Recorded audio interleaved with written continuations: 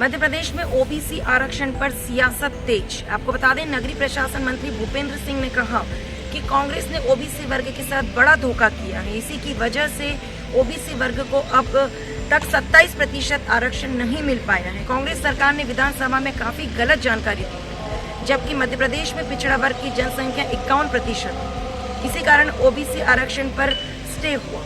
देखिए, ओबीसी आरक्षण में कांग्रेस पार्टी ने ओबीसी के साथ बहुत बड़ा धोखा किया है और इस कारण से ओबीसी को अभी तक 27% आरक्षण नहीं मिल पाया है।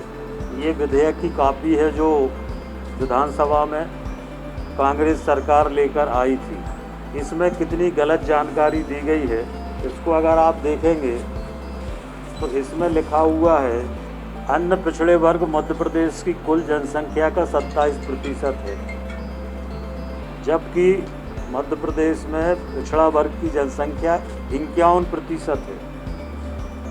तो जब आपने विधानसभा में ही गलत विधेयक पेश किया और न्यायालय में गलत जानकारी दी, इस कारण से ओबीसी के आरक्षण पर न्यायालय में स्टे हुआ और स्टे होने के बाद स्टे के समय भी इनके जो एडवोकेट जनरल थे उस समय सरकार के, वो उपस्थित नहीं हुए और इसके साथ साथ 1.25 साल तक सरकार की तरफ से कोई प्रयास नहीं हुए कि ओबीसी को आरक्षण मिले।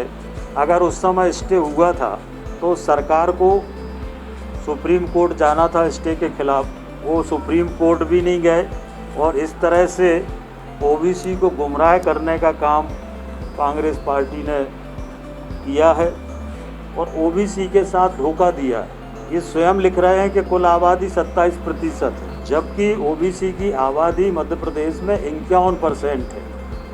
तो जब आप खुद ही विधेयक में गलत जानकारी दे रहे हो तो न्यायालय से तो स्वाभाविक रूप से स्टे होना ही था और इसीलिए भारतीय जनता पार्टी की हमारी सरकार ने, माननीय मुख्यमंत्री जी ने, हमारी सरकार बनने के बाद ओबीसी को 27% आरक्षण मिले।